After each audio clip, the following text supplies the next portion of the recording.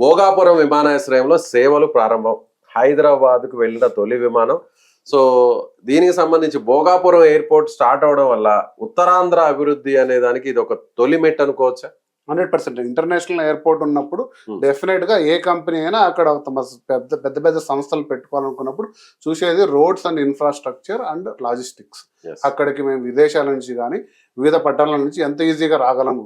హైదరాబాద్ నగరం మీరు అందరూ కూడా ఎన్ని మాటలు చెప్పుకున్నా international airport outer ring road వచ్చిన తర్వాతే హైదరాబాద్ నగరం ఎంతగా అభివృద్ధి చెందింది.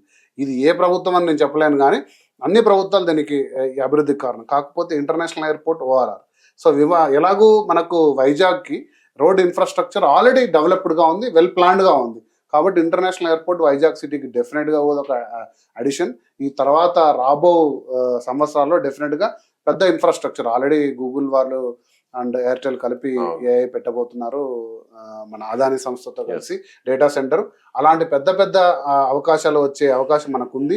ఎందుకంటే ఎక్కువగా విదేశాల నుంచి రావడానికి డైరెక్ట్గా ల్యాండ్ అయ్యే ఎయిర్పోర్ట్ మనకు అవసరం ఉంది విశాఖపట్నంకి. కాబట్టి Bhogapuram airport first flight fly అయింది అనుకుంటాను. ఇక చూడాలి రాబో రోజుల్లో రాబో సంవత్సరాల్లో ఇది డెఫినెట్గా ఇది వెల్కమింగ్ అండి. అంటే ఏపీ లాంటి ఫైనాన్షియల్ ఎక్స్పర్ట్ గా, ఒక ఆర్థిక విశ్లేషకులుగా మీరేం చెప్తారంటే, ఒక ఇంటర్నేషనల్ ఎయిర్పోర్ట్ వచ్చినంత మాత్రాన ఆ ప్రాంతం ఆ స్థాయిలో అభివృద్ధి చెందుతుంది. ముఖ్యంగా గ్లోబల్ సిటీగా విశాఖపట్నాన్ని మార్చబోతున్నాం, అది త్వరలోనే జరగబోతుంది. దానికి తగ్గట్టుగా ఆల్రెడీ చకచక పనులు కూడా జరిగిపోతున్నాయి, పెద్ద పెద్ద సంస్థలు రాబోతున్నాయి, వచ్చేసాయి అనేటువంటి ప్రకటనపై మీరేమంటారు? ఇంటర్నేషనల్ ఎయిర్పోర్ట్ కి 100% డెవలప్మెంట్ తో లింక్ ఉందా, డైరెక్ట్ లింక్ ఉందా అంటే లేదని చెప్తాను. ఎయిర్పోర్ట్ రాగానే అభివృద్ధి జరగదు. కాకపోతే ఏదైనా సరే ఏ రాష్ట్రమైనా ఏ పట్టణమైనా అభివృద్ధి చెందాలంటే అందులో మనకు ఉద్యోగ అవకాశాలు దొరకాలి. ఎవరైనా కూడా మైగ్రెంట్ ఎందుకుంటారు. ఈరోజు దాదాపుగా 30 లక్షల మంది పాపులేషన్ తెలంగాణ నుంచి కాకుండా బయట నుంచి వచ్చి హైదరాబాద్లో ఎందుకు ఉంటున్నారంటే ఇక్కడ ఉద్యోగ అవకాశాలు ఎప్పుడు మెరుగుపడతాయంటే ఆ రాష్ట్రంలో ఉన్న ఇండస్ట్రియల్ ఆపర్చునిటీస్ ఎలా ఉన్నాయి, అక్కడ స్థానిక వనరులు ఎలా ఉన్నాయి, సో అది కాకుండా ప్రభుత్వంతో సహకారం ఎలా ఉంది, లాజిస్టిక్స్ రోడ్ అండ్ ఇన్ఫ్రాస్ట్రక్చర్ ఎలా ఉంది. కాబట్టి ఇందులో ఒక ప్రధాన భూమిక పోషిస్తుంది. కాబట్టి మిగతా అంశాల్లో అన్ని కూడా టిక్స్ చేసుకుంటే, ఇది టీడీపీ ప్రభుత్వం ఎంఓఎల్ చేసుకున్నారు, మనం చూసాము. క్రితం సారి వైసీపీ ప్రభుత్వం కూడా ఎంఓఎల్ చేసుకున్నారు.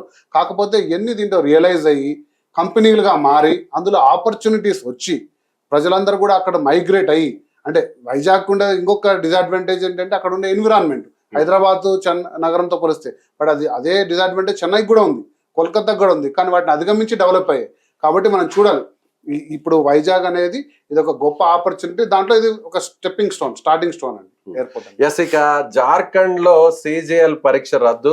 2014 నుంచి ప్రైవేట్ సంస్థ నిర్వహించిన ప్రభుత్వ పరీక్షలన్నింటినీ కూడా ఆ రాష్ట్ర ప్రభుత్వం సంచలన నిర్ణయం తీసుకుంటూ వాటిని రద్దు చేసింది. అంటే ఆ నీట్కి సంబంధించినటువంటి ఆ ఇష్యూ ఇంకా కూడా మిగిలినటువంటి, అంటే బీజేపీకి సంబంధించినటువంటి ప్రభుత్వాల మీద ఆ ఒత్తిడి పెరుగుతుంది అనుకోవచ్చా?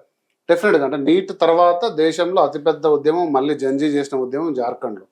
ఎందుకంటే అక్కడ ప్రధానంగా స్టాఫ్ సెలక్షన్ కమిషన్లో ప్రధానంగా గ్రాడ్యుయేట్స్కి నిర్వహించే సిజిఎల్ పరీక్షలో ఒక్కతొక్కలు జరిగాయని డైరెక్ట్ ప్రూఫ్తో సహా వచ్చిన తర్వాత ఇక దాన్ని రద్దు చేయకపోవడం అనేది బీజేపీ ప్రభుత్వానికి పెద్ద ఇబ్బందిగా ఉంది. కాబట్టి దాన్ని రద్దు చేయడము ఇక జంజీ ఇదొక రెండో విజయంగా కూడా మనం చెప్పుకోవచ్చు. సో అంటే ఒక రకంగా చెప్పాలంటే సిజేపీకి ఇది మళ్ళీ ఛాన్స్ ఇచ్చినట్టే అనుకోవచ్చా?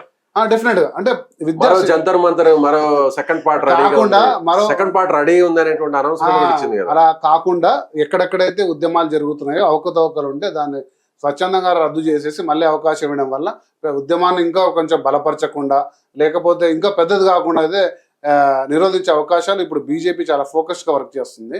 ఎందుకంటే ఆల్రెడీ ఒకసారి చేతులు కాల్చుకున్నారు, చాలా పెద్ద తప్పిదం చేశారు. కాబట్టి ఇంకా రాకుండా ప్రభుత్వాలు అన్నిటి మీద ఎక్కడికక్కడ కూడా దాన్ని అక్కడే పరిష్కరించే బాధ్యత డెఫినెట్ గా పెట్టారని మనకి కనబడిపోతుంది.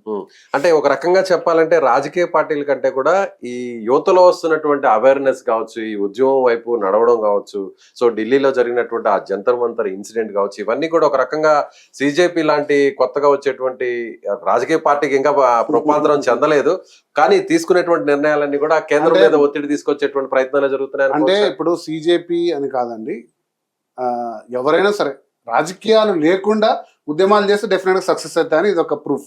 అంటే యువతనే చెప్పలేం. ఎందుకంటే ఎవరికైనా కూడా బయాస్డ్ గా కాకుండా ఎటు ఒక రాజకీయ పార్టీకి కొమ్ము కాకుండా ఎవరైనా సరే స్వచ్ఛందంగా ఉద్యమం చేస్తే డెఫినెట్ గా ప్రజలు జాయిన్ అవుతారు. విజయం అనేది మనం చూసాం. ఇక సిజేపీ పార్టీ ఇక్కడి నుంచి ఎక్కడికి వెళ్ళబోతుంది, Hmm. రాజకీయాలకు రాబోతుందా లేదా ఇతర రాజకీయాలతో చేయగలపబోతుందా? ఆల్రెడీ యాంటీ బీజేపీ అని ఒక ముద్ర వేసుకున్నారు. ఇప్పుడు అది కాంగ్రెస్ తో ములాఖాత్, ఆప్ తో ములాఖాత్ అంటూ ఏవేవో ఆరోపణలు జరుగుతున్నాయి. వాటి నుంచి పక్కకు వచ్చి ఒక థర్డ్, ఎందుకంటే మనం చూసాం తమిళనాడు ఒక ఉదాహరణ, ఎవరితోటి పోకుండా క్లీన్ గా స్ట్రైట్ గా వచ్చిన విజయ్ అధికారంలోకి వచ్చేసారు, ఎవరు ఊహించని విధంగా.